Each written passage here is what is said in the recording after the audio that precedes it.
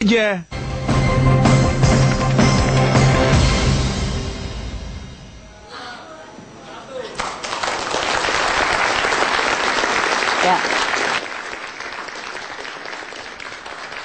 Ya, baik, Anda kembali bergabung bersama kami dalam Sarasehan Anak Negeri. Saya beralih dulu ke Pak Effendi.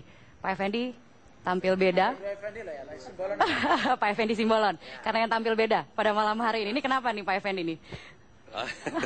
Karena sesuai judulnya juga.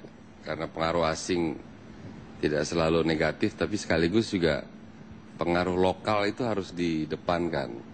Makanya malam ini kita pakai pakaian tenun Batak. Raden juga pakai cinta produk dalam negeri ya, kurang lebih seperti itu. Pak Effendi. Tadinya Mbak Nurul juga mau pakai juga singa-singaan. Seharusnya dalam undangannya tadi disebutkan begitu ya. Karena judulnya baik. Metro. Pak Effendi, tapi kalau kita lihat dari perjalanan sampai dengan sejauh ini, apakah memang sudah ada upaya begitu dari apakah baik dari eksekutif maupun legislatif untuk melepaskan diri dari pengaruh-pengaruh asing? Pertama yang kita ingin sampaikan bahwa tentu yang kita sampaikan harus berdasarkan data ya. Ini pantauan kita di legislatif nih. Sebagai reportase kita. Memang bukan hanya sektor-sektor ekonomi saja. Tapi justru di atasnya regulasinya itu memang sudah dikuasai oleh asing. Jadi alat produksi itu kemudian menjadi tujuan yang dieksplorasi itu kemudian. Tapi regulasinya itu sudah memang filosofinya sudah filosofi asing. Bisa dijelaskan filosofi asing itu seperti apa? Saya kebetulan di Komisi 7 ya. Saya kemudian akhirnya membuat tulisan kecil gitu bahwa buah reformasi tadi Saudara Happy mengatakan kita 14 tahun masa reformasi Indonesia mendapatkan kado yang sangat berharga yaitu era demokrasi. Tapi ternyata bukan hanya kita yang mendapatkan benefit. Pihak asing pun mendapatkan, yaitu liberalisasi, Pak. Semuanya sekarang sudah menjadi liberal. Penguasaan terhadap sumber daya alam itu tidak lagi ada ketentuan-ketentuan bahwa saudari Afiliani mengatakan dari DMO itu kan sebenarnya bargaining kita kemudian untuk merenegosiasi saja. Tapi posisi tawar kita sebenarnya sudah menjadi inferior kita. Nah, oleh karenanya saya justru melihat pada saat masa reformasi itu kita mungkin saja kita tidak sadar bahwa ada peran asing yang sangat kuat yang membuka tabir yang mana secara militer mereka tidak invasi, tapi secara legal melalui undang-undang di Komisi 7 saja ada 5 undang-undang energi yang syarat dengan kepentingan asing. Undang-undang energi, panas bumi, kelistrikan, minerba, termasuk undang-undang lingkungan hidup kita. Ini indikator yang saya sampaikan bahwa karena di sini Kania menyampaikan 100 tokoh yang punya dedikasi yang sangat baik. Baiknya kita juga mendiskusikan hal-hal yang bisa diukur juga. Saya sependapat bahwa pengaruh asing tidak lantas negatif. Bung Karno mengatakan berdikari ya. Once kita mau berdikari, tentunya alat-alat produksi kita juga harus kita kuasai. Ini kan pasal 33 itu hanya dikatakan dikuasai oleh negara. Tetapi sebenarnya justru di-abuse oleh kita juga, negara dalam tanda kutip. Karena sebagai contoh misalnya, apakah iya BHP yang perusahaan asing bisa menguasai, menempatkan areal-areal tambang yang notabene tidak dieksplorasi, tapi ditempatkan dalam aktiva tetapnya. Korporat yang begitu mudahnya mereka mencari uang. Tapi asetnya yang dicatatkan di pembukuan mereka adalah areal kita. Ini kalau dihitung sekarang, kalau produksi kita 400 sampai 600 juta ton satu jenis mineral saja, batu bara misalnya, itu sebenarnya hampir seluruh lahan di Indonesia tidak ada lagi yang tidak dieksplorasi, Pak. Dan pertanyaannya siapa yang mengeksplorasi? Baik. Ini kita bukan bicara mengenai anti asing, tapi lebih kepada meletakkan pada porsinya, gitu. Apakah memang ada keadilan begitu dengan yang terjadi sekarang ini? Iya, saya mengatakan kita tidak bicara kita anti asing, Karena kalaupun kita lebih dulu merdeka, kita juga menganeksasi Amerika. Baiklah. Ini kan kita terlambat merdeka saja. Baik, baik Pak Raden, tanggapannya ada yang ingin disampaikan di sini untuk menanggapi pernyataan dari Pak Effendi tadi.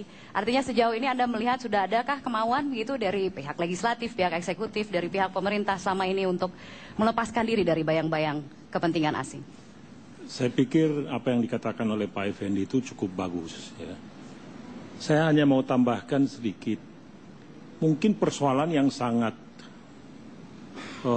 diprioritaskan akhir hari ini adalah menyangkut kepada hasil tambang. Tadi disebutkan mengenai BHP, apakah itu ditaruh di aset daripada BHP atau tidak. Sebetulnya itu bisa ditaruh di neraca dari pemerintah, dari negara. Jadi kalau itu ditaruh di neraca dari negara, maka itu menjadi sesuatu yang kita bisa pakai untuk melakukan investasi yang cukup banyak. Tapi yang sangat penting menurut saya adalah kalau kita bicara mengenai ini, seharusnya bahwa hasil dari sumber daya alam yang tidak terbarukan itu tidak boleh dikonsumsi oleh generasi sekarang. Karena itu bukan hanya hak generasi sekarang, tapi juga hak dari generasi yang berikutnya. Oleh karena itu, kalau ada pendapatan kita dari sumber daya alam yang tidak terbarukan, termasuk dari tambang tadi, itu mestinya nggak boleh menjadi anggaran rutin. Tetapi sebagian itu bisa untuk pendidikan, untuk kesehatan, dan sebagian memang harus untuk generasi yang akan datang. Itu nggak boleh, seperti yang terjadi sekarang, pendapatan negara bukan pajak itu dipakai untuk anggaran rutin. Nah kalau itu dilakukan, uang itu dilakukan, maka hak generasi yang akan datang yang nanti mereka tidak melihat lagi sumber daya alam yang tidak terbarukan itu masih tetap dipelihara. Mungkin itu tambahan saya. Oke, Pak Fuad Bawazir sebelum kita break, silakan. Memang ya utang tadi benar tuh yang Bu Afiliani katakan dengan IMF 2004 kita sudah lunas. Tetapi repotnya itu karena utang luar negeri itu terus meningkat dengan amat sangat tajam sehingga tingkat ketergantungan itu kepada asing tetap makin menguat. Itu masalahnya. Di samping memang banyak tokoh-tokoh terus saja difaham di pemerintah itu yang memang fahamnya seperti itu, faham yang dikenal dengan faham yang sangat liberal. Nah, peran asing yang begitu menguat ini kan memang dengan kata lain melemahkan peran negara. Dan seperti dikatakan tidak hanya dalam bidang ekonomi, politik, budaya, tapi kita akan fokus barangkali ke ekonomi.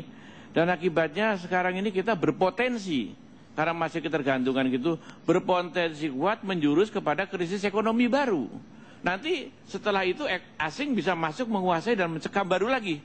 Itu kan, dan indikasi untuk krisis itu saya kira tidak main-main seperti turunnya ekspor, naiknya impor, PHK yang sedang meningkat tajam, banyak perusahaan yang sekarang ini diam-diam sedang kolab, bank sudah mulai mengerem kreditnya, cadangan devisa yang menurun, APBN yang sedang terpuruk, terseok-seok, bukan karena subsidi saya beritahu, tapi karena memang salah alokasi dan dicuri rame-rame di mana-mana gitu. Nah, sehingga akan menimbulkan akibat ini nanti akan wah ini turun. APBN-nya defisit, terpaksa utang lagi dan seterusnya itulah peran ketergantungan akan semakin kuat. Dan kesimpulan saya memang pemerintah ini sadar atau tidak sadar ini gagal dalam menegakkan kedaulatan ekonomi Indonesia. Repotnya masalahnya itu adalah berpendirian bahwa ekonomi yang seperti ini sudah berjalan di rel atau track yang benar. Sehingga pengembalian ekonomi Indonesia ke jalan yang benar ini saya rasa tidak bisa dimungkinkan atau diharapkan dari pemerintah yang berfaham seperti ini bahwa ini sudah benar gitu, ekonomi seperti ini yang menurut kita adalah fakta begitu kuat, ekonomi yang sedang sangat berbahaya. Jadi selain memang nanti berharap adalah mesti ada rezim baru yang mempunyai pendapat yang sangat berbeda dengan pendapat yang sekarang merasa nikmat di bawah ketergantungan dan ketiak asing dan sebenarnya tidak berdaya apa-apa pemerintahan boneka ini. Kemudian juga akan harus mengembalikan ideologi yang hilang ini kan ideologi, yaitu ideologi dari pasal 33 Undang-Undang Dasar 45. Terima kasih. Baik, nanti saya akan beralih ke Mbak Afi, tapi sebelumnya kita harus break terlebih dahulu, akan kita lanjutkan sesaat lagi. Pemirsa tetaplah bersama kami di Sarasehan Anak Negeri.